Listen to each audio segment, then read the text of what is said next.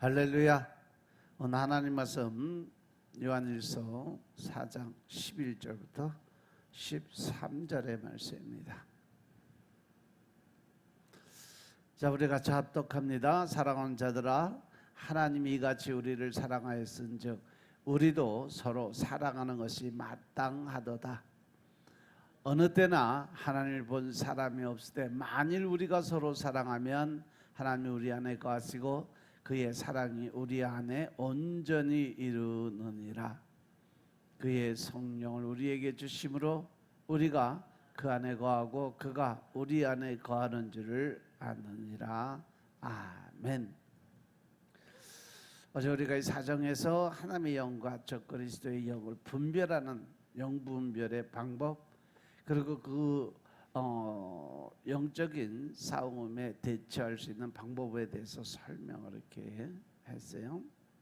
즉 성령과 악령의 모습과 이단의 정체에 대해서 이제 요한일서 4장에서 쭉 설명을 하는데, 그리고 이제 하나님의 사랑에 관해서 하나님은 사랑이시라는 것을 강조해서 계속 말씀을 선포해요. 하나님의 사랑이 우리에게 이렇게 나타난 바 되었으니 하나님이 자기 독생자를 보내시면 그로 말미암아 우리를 살리려 하셨다고 말씀하시면서, 그리고 이제 하나님의 사랑의 특성을 다음과 같이 설명을 하는데, 하나님의 사랑은 역사적으로 현실화돼서 지금도 이 땅에서 이루어지고 나타나고 또 서로 협력해서 선을 이뤄가는 모습으로 나타나고 있다.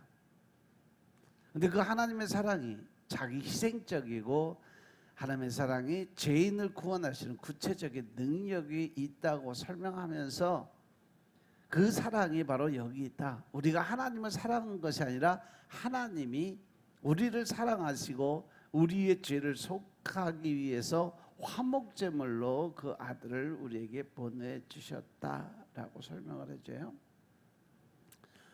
사도 요한은 그렇게 사랑의 원천은 오직 하나님이시고 인간은 이 사랑의 빛 아래서만 형제에 대한 진정한 사랑을 실천할 수 있다라고 주장을 하죠. 그리고 이제 화목제물이라는 것은 바로 문자 그대로 서로 이렇게 나눠지고 갈라졌던 사이를 다시 화해시키는 그러한 제물을 의미합니다. 이 화목제물을 통해서 비로소 우리는 하나님과의 교제를 나눌 자격이 생기는 거죠. 이 화목제물을 통해서 우리는 하나님과의 관계적 회복을 이룰 수 있도록 하나님이 예수 그리스도를 이 땅에 보내주신 겁니다. 따라서 사도 요한을 통해서 사랑하는 자들아, 하나님이 같이 우리를 사랑하였은즉 우리도 서로 사랑하는 것이 아주 마땅하다. 왜? 예수님이 이렇게 사셨으니까 너희도 이렇게 사는 것이 마땅하다 하신 말씀처럼 우리도 예수님의 사랑을 나누고 베푸는 삶을 살아야 그것이 당연하고 마땅한 삶을 살아가는 것이라고 얘기를 해요.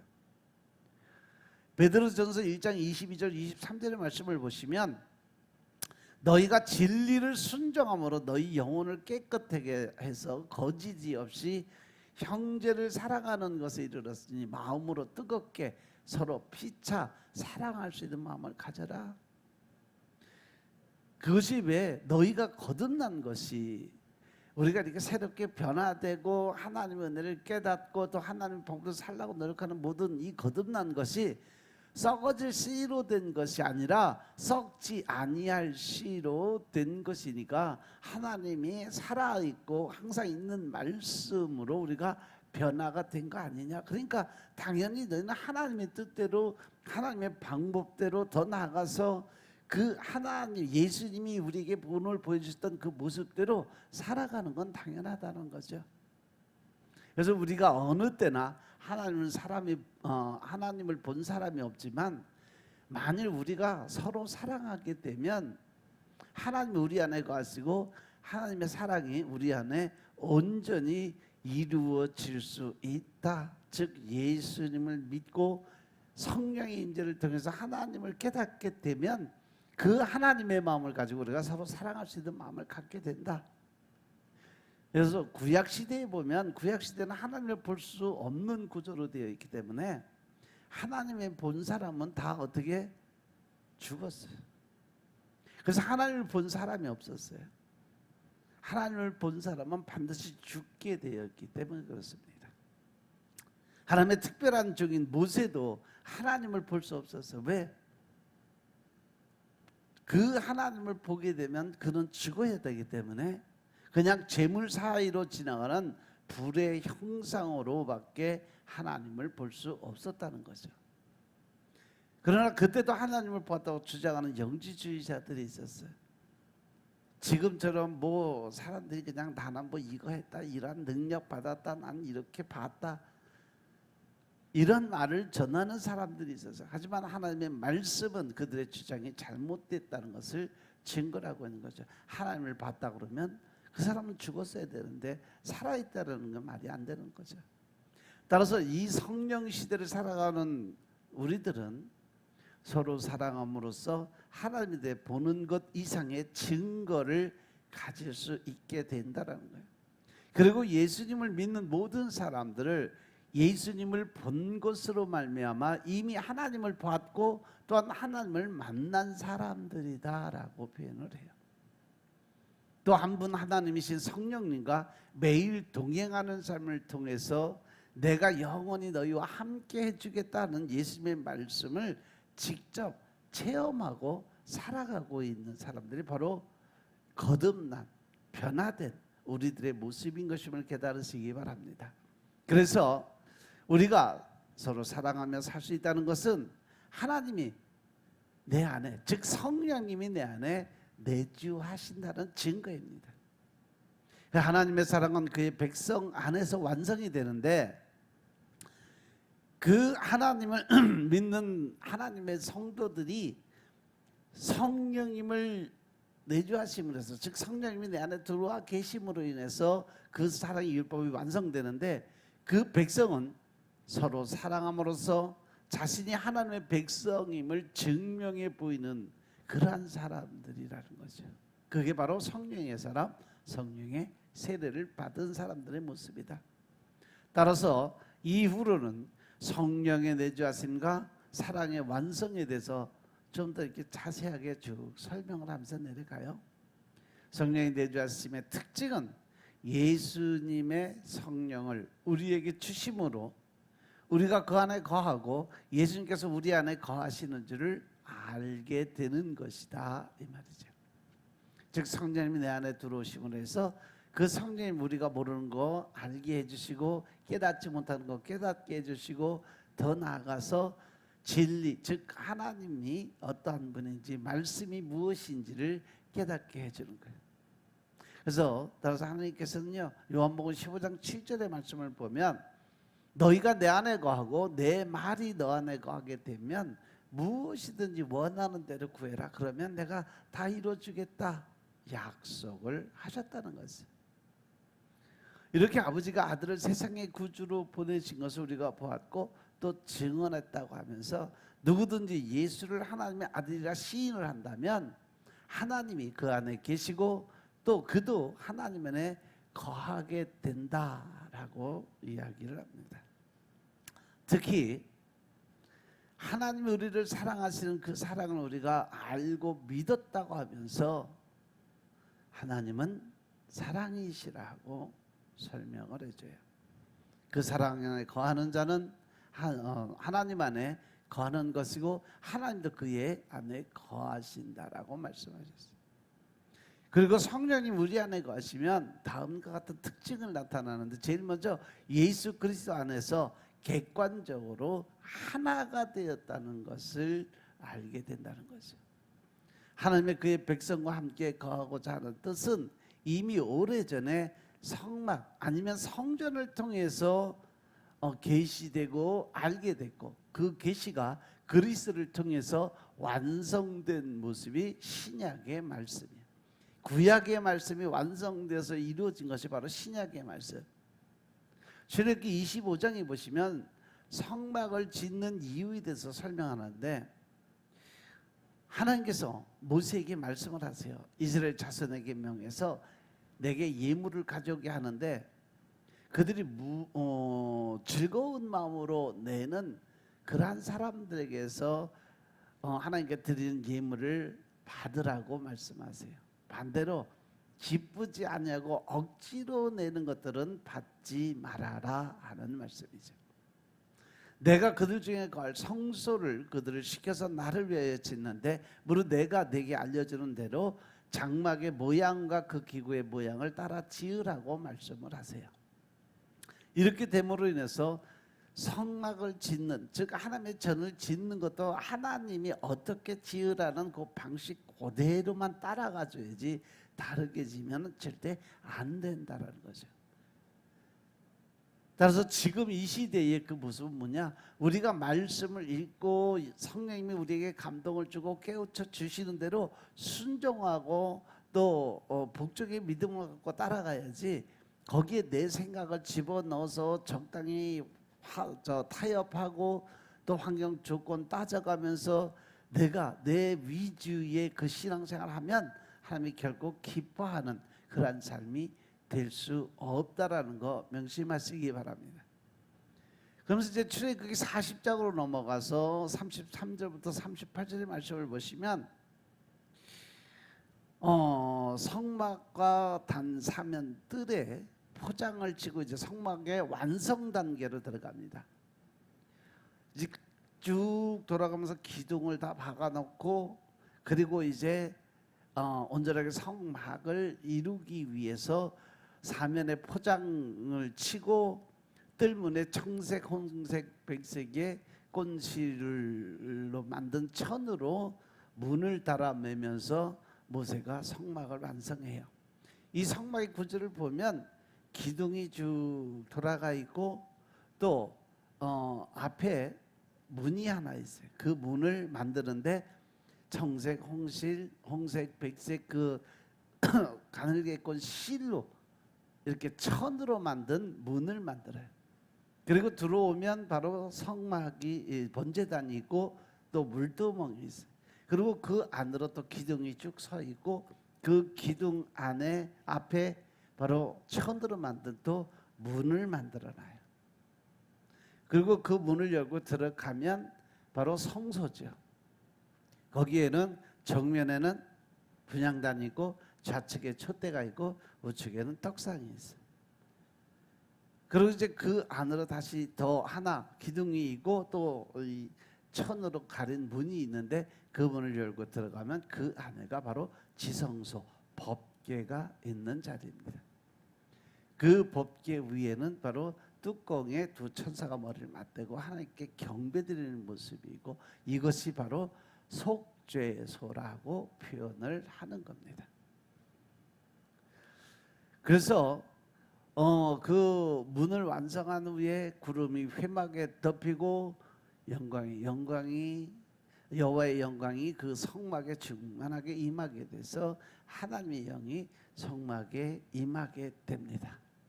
정말 완전히 짓고 하나님께 그걸 봉헌하고 나니까 하나님의 영이 그것에 임하게 돼요. 그래서 하나님의 영이 임하게 되므로 모세가 회막에 들어갈 수 없어서 이것은 구름 회막이 덮이고 영광의 그 성막이 충만하게 임하게 돼서 하나님의 영이 임하게 되니까 모세가 그 성막 안에 들어갈 수가 없었어요. 단 들어갈 수 있는 것은 하나님이 모세를 불렀을 때만 들어갈 수 있어요. 만약에 부르지 않았을 때 들어가면 그 또한 죽음을 면치를 못했다는 거죠. 그리고 하나님께서 구름과 불기둥으로 이렇게 그들을 지키고 보호하셨는데 구름이 성막 위에서 떠오를 때 이스라엘 자손이 그 모든 행하는 길에서 이 구름 기둥이 앞으로 나아가면 그들도 진군 앞으로 행진을 하고 또 그 구름 기둥이 멈췄으면 그곳에서 뭐 일주일이고 열흘이고 한 달이고 두 달이고 1년이고 기다렸다는 거죠.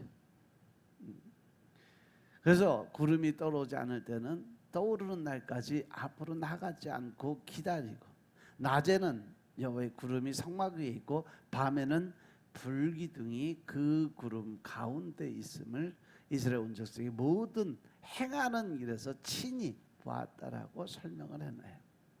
이렇게 하나님께서는 하나님의 백성들을 주야로 보호해 주시는 분이다.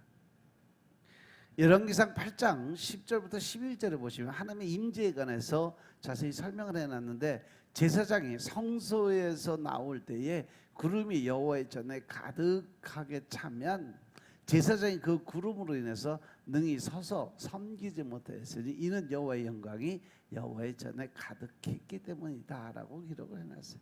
즉 제사장들이요, 가서 속죄 제사를 지내고 나올 때도 그 구름 기둥이 바로 이 성막 위에 덮여 있는 곳에 임하게 되면 제사장도 함부로 움직이는 것도 못했어요. 그 정도로 철저하게 지켰죠. 이 성령님이 우리 안에 가시면 가질 수 있는 특징 두 번째, 성령님의 역사를 통해 성도 각 개인에게 주관적으로 다 적용되어지고, 그것이 성령의 세를 받은 사람은 지속적으로 그 안에 성령을 믿음의 마음을 품고 계속 이어진다는 거죠. 사도들의 객관적인 증거를 믿는 일과 사랑을 실천하는 일은 성령님이 우리 안에 거하신다는 자연스러운 결과로 가장 분명한 증거죠. 하나님을 높일 수 있고 하나님께 영광을 드리는 그러한 삶을 살아간다는 거예요. 따라서 이런 일은 성령님의 역사가 아니고는 사람의 힘으로는 도저히 불가능한 일들이었다는 거예요. 따라서 그러한 믿음과 사랑을 보이는 것은 곧 성령을 받은 증거가 되고, 성령을 받았다는 것은 곧 하나님이 우리 안에 영원히 거하신다는 것을 증거로 보여주는 거죠. 요한복음 4장 17절 18절의 말씀을 보면, 저는 진리의 영이고 세상은 저를 능히 받지 못하나니 이는 저를 보지도 못하고 알지도 못하는 거기 때문에 그렇다. 그러나 너희는 저를 알지 않냐? 저는 너희와 함께 계심이고 또 너희 속에 거하게 계시겠음이니라. 내가 너희를 고와 같이 버려두지 않냐고 너희에게로 다시 오겠다라고 말씀을 하세요. 그 성령님이 우리 안에 거하시면 가질 수 있는 특징 세 번째, 성령님을 통한 하나님의 내주하심은 불가 분리의 원칙이고 인격적이라는 거죠. 우리가 하나님에 거하는 것처럼 하나님도 우리 안에 거하신다는 거예요. 그래서 이 연합은 아주 친밀하고 결코 세상의 법으로 나누어질 수는 없게 만들어놨다. 이것이 바로 로마서 8장 35절 39절의 말씀이에요. 누가 우리의 그리스도의 사랑에서 끊겠느냐? 환난이나 공고나 핍박이나 기근이나 적신이나 위험이나 칼이랴. 기록되면 우리가 정일주를 위해서 죽임을 당케 되고 도살을 양같이 여김을 받았나이다 함과 같다라고 했어요. 그러나 이 모든 일에 우리를 사랑하시는 이로 말미암아 우리가 넉넉히 이길 수 있는 힘을 하나님께서 이미 주었다. 어떠한 환난이나 연단이나 고난이 있다 할지라도 하나님은 이미 우리에게 그 모든 걸 이길 수 있고 더 치고 나아갈 수 있는 능력을 이미 주셨다는 거예요.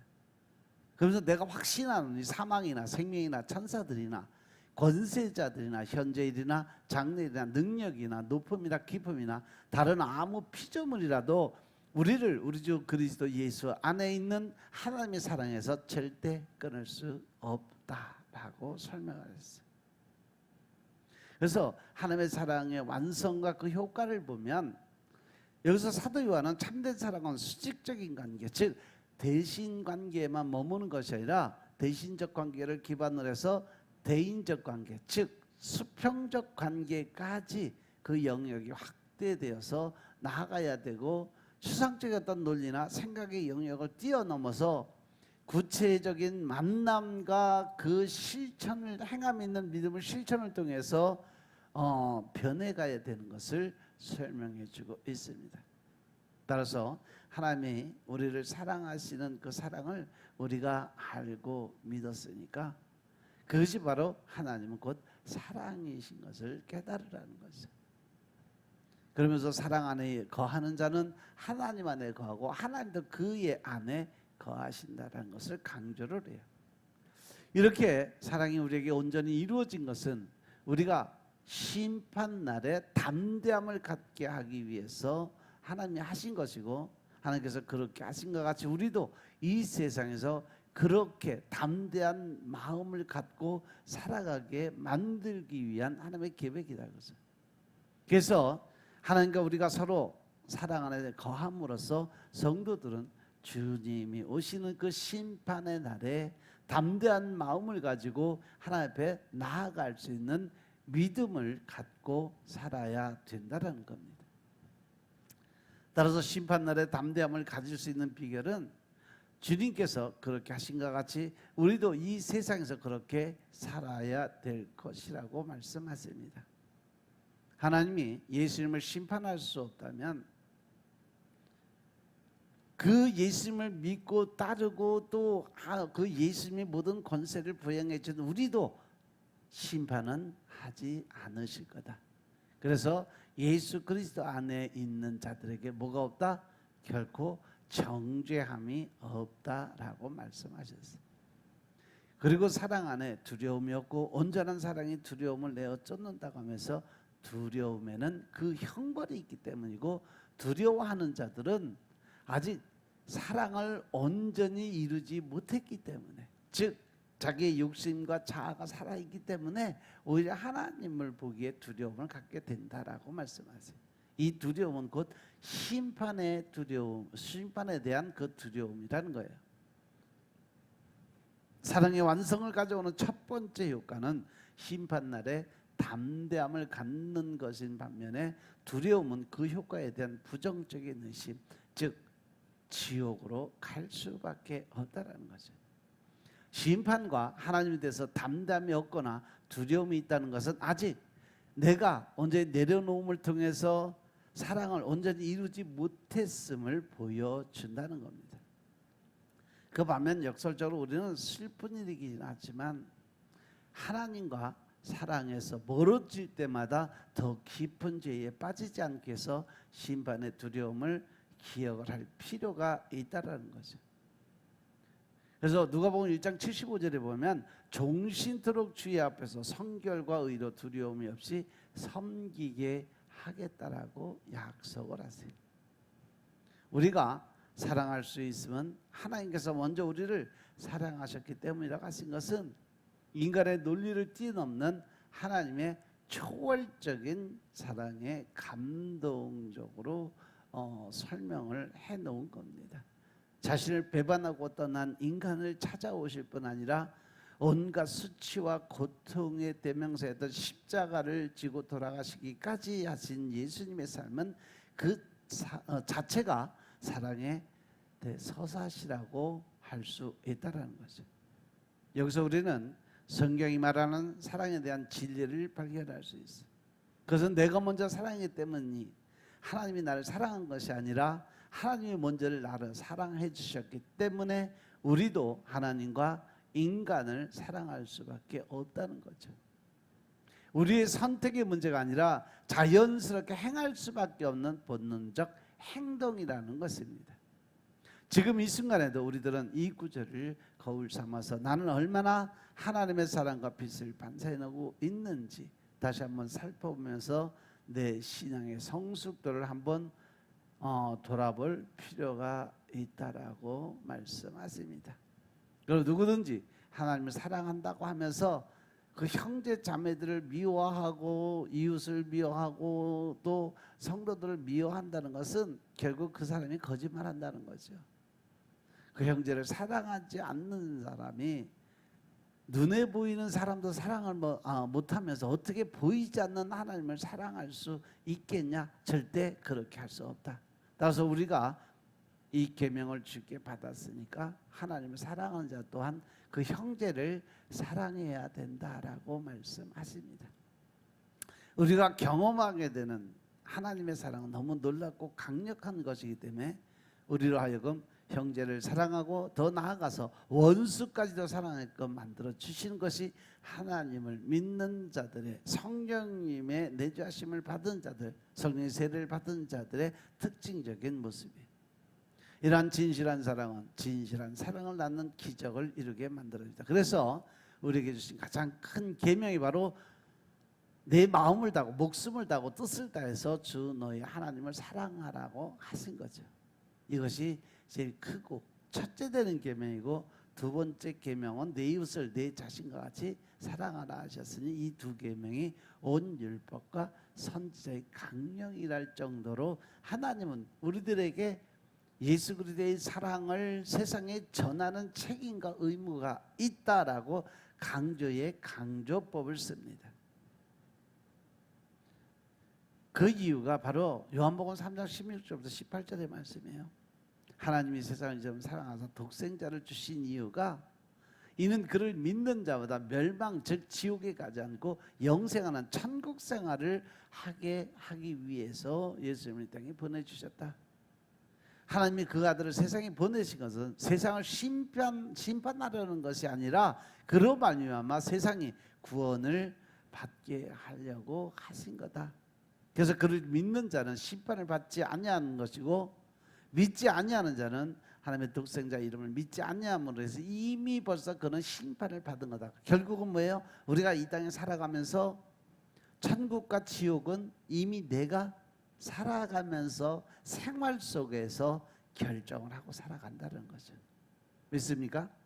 그래서 우리가 늘 말씀을 의지하고 또 하나님의 뜻대로 살아가기 위해서 노력하는 삶을 살아야 우리가 온전한 하나님의 사랑을 나누고 베풀 수 있는 자인 것을 깨닫고 오늘도 많은 사람들에게 하나님의 사랑을 예수 그리스도의 사랑을 전하는 여러분들의 삶이 되시길 주님으로 축원합니다. 기도드리겠습니다. 아버지 하나님 감사드립니다. 오늘도 아버지의 은혜 가운데 우리가 살아가는 믿음을 허락하여 주시고 이제 더 큰 하나님의 사랑을 나누고 베풀 수 있는 능력의 삶을 살게 돌아봐 주시니 감사합니다.